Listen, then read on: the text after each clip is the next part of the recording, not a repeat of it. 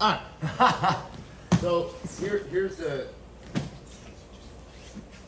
So if you notice, when I mounted you, notice what I did? First and foremost, I needed to be true to what I said to you guys before. I need to control the position. I need to control the position so that I'm there long enough to at least feel how you're trying to escape and to be able to counter. First and foremost, you get a lot of like feedback from that position, because notice you kind of try to maybe bump me, that didn't work. Try to turn on your side, that didn't work. There's a lot of stuff that you did that I already saw. Okay, well, and then he's gonna go back, and then once they fail at 1, fail at 2, then they're gonna go for some odd number 3 because 1 and 2 failed, instead of being calm, being patient, and improving your position from a bad position. Because your bad positions are just positions that just need improvement, okay? And there's solutions for those bad positions. However, what happens is this. So let's say I want a key lock and I want to mount, okay?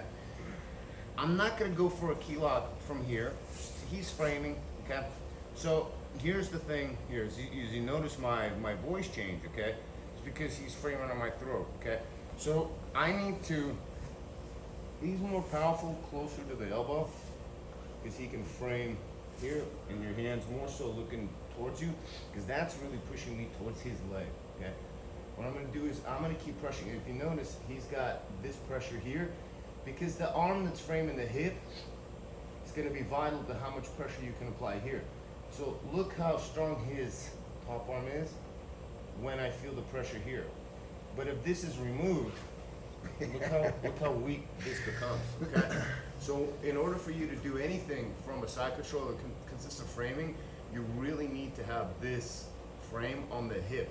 This controls me from at least going north-south, okay, and gives you an opportunity to frame. Here you go, frame. Yes, sir. Okay.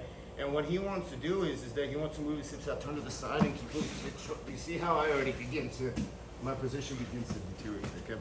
So from here, a couple things what I do, okay? How do I control the side? It's a combination, controlling the head, controlling the hip. I want to keep him flat. I know that if I were in this position, it would suck to be flat. I would want to turn on my side, and you need frames to do that. So what I'm going to do is I'm going to counter, okay? I'm going to control the head, and my hand goes from underhook to hip. So that as we're here, my elbow's not on the mat, my elbow's off the mat, so that I'm constantly driving my right hip into his hip, okay? So you notice it's hard for him to move, okay? If I'm here, he can easily move his hip. I don't have any submission. Side control is hard to get, easy to lose, okay? So I don't want to be here.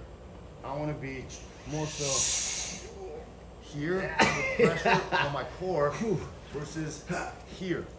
I'm very light here, and he can easily frame and turn, and I'm gonna stay, and he's gonna go, okay? So what I want to do is I want to constantly even use his frames. As he frames my hip and my head, I'm going to push into the frames, and I'm going to tolerate this. I can easily get this off here. But what I'm doing is I'm using his frames to keep him pinned. So what I'm doing is I'm just keeping him pinned. And if you notice, my elbow is on his kind of outside hip, and my right hip is driving him forward. And if you notice, my feet are constantly creating the pressure. The side control pressure is more so lateral pressure. I can be on top, but it's only, you know, as heavy as you are gravity-wise, it's how much pressure you can create. But when you're on the side and you're constantly driving into him, you're creating lateral pressure, and it's a lot of pressure. So what I want to feel what he's doing to kind of get him to set a pattern. So as he's here, okay, I want to counter. You see, he went sideways, I went flat here. Okay. So now, you know, I think to myself, I can feel him committing here, and then I go, look, I go 1, 2, remove that, and then from here, I can reverse my base towards his legs, okay? And now I'm here. I potentially may be threatening to attack this arm here and so forth. Meanwhile, I'll step over here and then get an underhook, okay? And now I'm controlling the position, okay? My right arm has the underhook, but I have to keep in mind his right arm has an underhook as well. As I'm here, Okay, I know he's probably gonna be trying to get this elbow under my arm here like so, or he wants to bring it down all the way here so he can begin to work into maybe a half guard or so forth. But if you notice my feet either are crossed over here, just be careful when they extend their feet so you don't get foot locked here or you don't get stuck like this, okay? So now I have my knees behind my hips. I don't want to be here. I'm creating a bridge. There's like literally no pressure. So I'm here, my hips. The more my knees come off the mat, the more hip pressure there is. But it's really the hands, okay, that create pressure, okay? In order for me to be able to use my hands, I need to get them off the mat. How am I going to do that? I need to create like a sky dive, okay? All right? And it's my feet pointing towards the ceiling, not this. I don't want this right here. You're going to hurt yourself, you're going to hurt your partner also. I'm here because I know for him to escape this mount, he's got to get a leg flat and straight. Now left leg? Yes. Okay. So now he can try to do this, okay? This is what I should do, okay? So now as I'm here, I want to control the head and I want to control his arm. So as I'm walking this out, okay? I'm walking it out, with my elbow off the mat, catch it here and bring it here. So here are the keys for the key lock, okay? My hand left to his left, okay? I'm not gonna grab the wrist. I'm gonna grab the wrist palm, Yes. okay? And I'm gonna close the throttle. My right hand is gonna compress it. I want everything to be here and flat, okay? Very important, okay? What happens is that my left hand keeps him from straightening his arm onto the left. Yeah. My right hand keeps him from punching up like Statue of Liberty. Okay? And what I'm doing is that I want to keep everything flat. I do not want this, okay? Because it's easy to lose. If his hand is bladed, his shoulder rotates more, okay? And the worst part is that you start doing this, you're probably gonna get rolled in that direction, even if you have control, because now my hips are connected to his hips and he'll roll me. So what I'm gonna do is I'm gonna roll it, control it, and I'm gonna frame it into his shoulder here. I'm gonna ask him, Phil, move your hand. Backhand. Okay. From here, I'm gonna tilt a little bit onto my left elbow as the post, and my right hand is gonna bring his elbow down and up. You see the little tiny movements here? Okay. If I do it this way, look at how much the shoulder can rotate. When you pin it right here, that shoulder ain't rotating anymore. So you remove the rotation, okay? And I get a tilt left to lighten up my right arm, because if I'm tilting on my right elbow, it's hard to move the arm.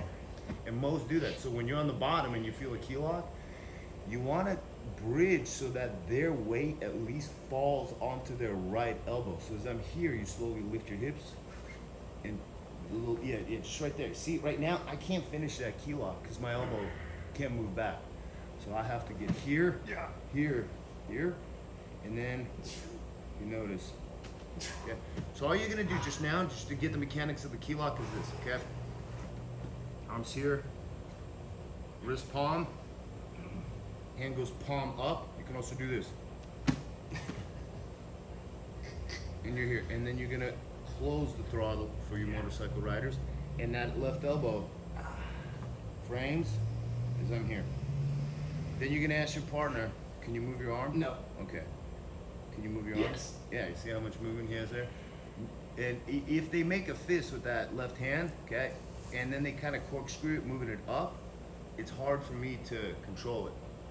When I'm here, at the wrist palm, here, and then, so roll it, control it by pinning it, and then the left elbow into that frame, and then it's already super tight. And he's already tapping because there's really no room, okay? So you're gonna be mounting, here, pin it, frame it, control it here. I'm just on my knees just so that I relieve the pressure off him. Okay. So I'm rolling, controlling, framing. I ask him move that arm around. I can't. Okay, and then from here, I'm just gonna move it down and look to the right and lift so that you're doing this motion. Okay, but notice how it's flat. So that's all you're gonna do. And you're just gonna posture up, maybe fake a punch. Get here, and you're gonna bring your weight over that arm.